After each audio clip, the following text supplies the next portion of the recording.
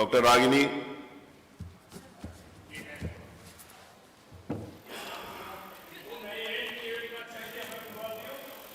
आदरणीय अध्यक्ष महोदय, जो नाम आए उसी हिसाब से आज आपने श्री राज्यपाल जी के अभिभाषण पे मेरे पास जैसे संशोधन पे बोलने का अवसर दिया। मैं आपका आभार व्यक्त करना चाहूंगी। आज इस सदन में मैं श्रद्धांजलि अर्पित करना चाहूंगी बाबा भीमराव अंबेडकर जी को, और उन्होंने वाकई इन लाइनों को अमर कर दिया कि ये हालात तेरी जंजीर तोड़ जाऊंगा, अपने हाथों पे लिखी लकीर मोड़ जाऊंगा, देखते रह जाओगे आंखें फाड़कर, देखते रह जाओगे आंखें फाड़कर, तेरे सामने वह तस्वीर छोड़ जाऊंगा। और बाबा भीमराव अंबेडकर जी ने वो तस्वीर छोड़ी, वो संविधान छोड़ा हमारे पास, और उस संविधान के नाते सर्वोच्च न्यायालय ने आदेश दिया और आज अयोध्या में रामलला विराजमान है और ये आपकी सरकार के उपस्थिति में है। मैं आपको बधाई देना चाहती हूँ। आज के युवा, ये एक बड़ी अच्छी कविता है, जरा गौर से सुनिएगा, बड़ी जरूरी है। राम राम तो कह लोगे, पर राम सा दुख भी सहना होगा, और पहली चुनौती ये होगी कि मर्यादा में रहना होगा, मर्यादा में रहना होगा। जीरो टॉलरेंस अगेंस्ट क्राइम का दावा देने वाली ये सरकार, राम राज का दावा देने वाली ये सरकार, आज जगह जगह पर खुलेआम जिस तरीके से दिन दहाड़े हत्याएं हो रही हैं, लूट हो रही है, महिलाओं के साथ दुष्कर्म हो रहे हैं। मैं अगर अपने विधानसभा और अपने जनपद की बात करूं, दिन दहाड़े प्रजापति समाज के 2 बच्चों को गला रेत करके मार दिया गया। एक पटेल समाज के डॉक्टर की दिन दहाड़े गोली मार करके हत्या कर दी गई। मेरी विधानसभा में बिशुनपाल व्यक्ति की हत्या कर दी गई मार के, साथ ही साथ मल्हनी विधानसभा में एक सुनार की गोली मार करके हत्या कर दी गई।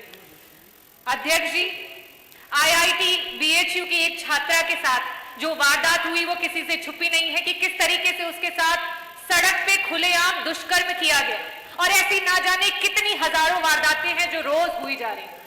आप क्या कहते हैं, क्या ये पुलिस की नाकामी है? क्या ये पुलिस की गलती है, या ये उन युवाओं की गलती है जो आजकल क्राइम की ओर बढ़ता चला जाता है, जा रहा है, क्रिमिनल बनता चला जा रहा है? नहीं, ये आपके सरकार की नाकामी, ये आपके सरकार की गलती है जिसकी वजह से ये हो रहा है। आज जिस सरकार को शिक्षा की गुणवत्ता की तरफ सोचना चाहिए, जहां एक माँ बाप अपनी पूरी उम्र लगा देते हैं अपने बच्चे को एक बेहतर शिक्षा देने के लिए, लेकिन जब उस बच्चे का समय आता है तो ना उसके पास रोजगार है, ना उसके पास कारोबार है। इस विफल सरकार में एक बच्चा अपने आप को सफल करने की होड़ में आज क्राइम की तरफ बढ़ता चला जा रहा है, तो उसके लिए सिर्फ और सिर्फ आपकी सरकार जिम्मेवार है। अध्यक्ष जी, अगर मैं क्राइम की बात करूं तो उसकी पुष्टि यह भी करता है कि आज जब से भाजपा की सरकार आई है तब से अभी तक आपने अपना डीजीपी जो नियुक्त किया है वो भी कार्यवाहक ही रहे हैं, अभी तक कोई आपने परमानेंट डीजीपी तक नहीं दिया।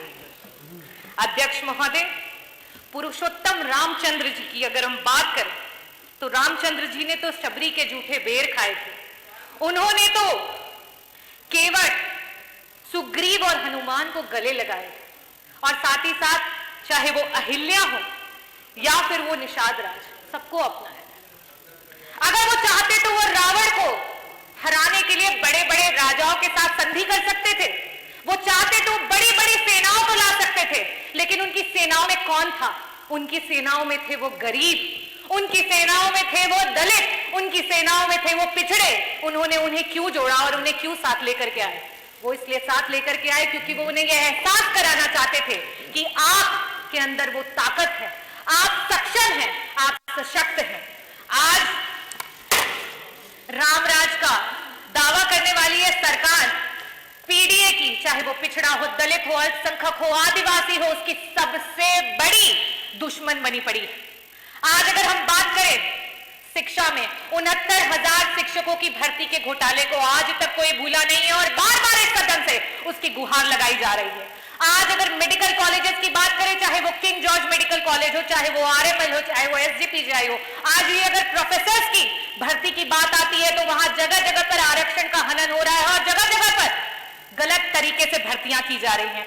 आज भी 112 डायल की हमारी बच्चियां जो संवाद अधिकारी के रूप में काम करती थी, वो अपनी नौकरी के लिए गुहार लगा रही हैं।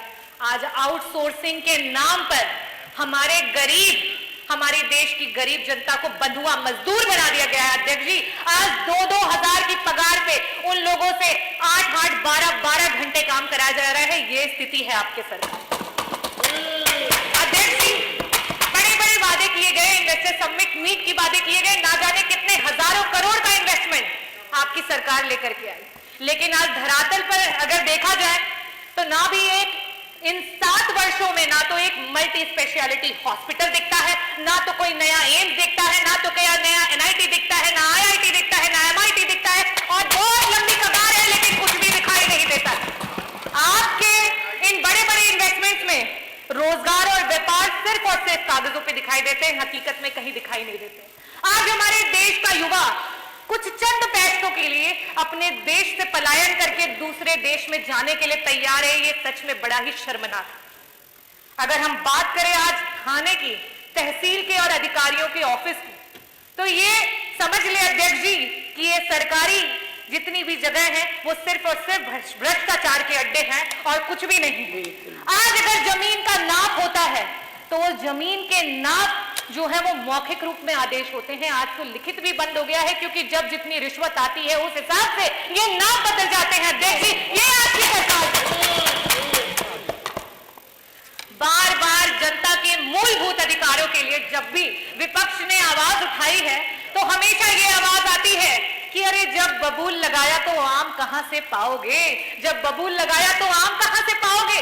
जब से समाजवादी पार्टी की स्थापना हुई उस तब से लेकर के अध्यक्ष जी आज तक का अगर कार्यकाल देखा जाए तो अगर समाजवादी पार्टी ने 12 साल सत्ता पे राज किया है तो आपको 13 साल हो चुके हैं। और उसके बाद मैं आज आपको ये बता सकती हूं कि समाजवादी पार्टी ने मेट्रो लाइन बनवाई, समाजवादी पार्टी ने एक्सप्रेसवे बनवाया, समाजवादी पार्टी ने गोमती रिवर फ्रंट बनवाया, एकाना बनवाया, मेदांता बनवाया, इलेक्ट्रिसिटी प्रोडक्शन यूनिट बनवाई। सबसे बड़ी बात, उन्होंने बच्चों को साक्षरता देने के लिए जगह जगह लैपटॉप बांटे, उन्होंने best park Janeshwar Mishra park बनवाया, उन्होंने पुलिस हेडक्वार्टर बनवाया, आज जहां पे सीएम बैठते हैं, लोक भवन बनवाया, एम्बुलेंस दिया और साथ ही साथ डायल 100 दिया, जिसे आज आप 112 के नाम से इस्तेमाल कर रहे हैं। लेकिन अगर आप अपनी बात करें तो आपके पास आज भी सिर्फ कागजी हैं और कुछ भी है नहीं आपके पास, तो सिर्फ कोरे कागज लेकर के आप बैठे हैं और राम राज की बात करते हैं। और अध्यक्ष जी, अगर आज रामलला जी भी इन स्थितियों और परिस्थितियों में होते तो आज भारतीय जनता पार्टी की सरकार को यह अवश्य ही कहते कि राम राम का, राम राम के जाप में तेरे पहले सा आराम नहीं, राम नाम के जाप में तेरे पहले सा आराम नहीं, जबरदस्ती के जय श्री राम में सब कुछ है बस राम नहीं, सब कुछ है बस राम नहीं। मैं सिया राम को नमन करती हूं। जय भीम, जय भारत, जय संविधान। धन्यवाद अध्यक्ष।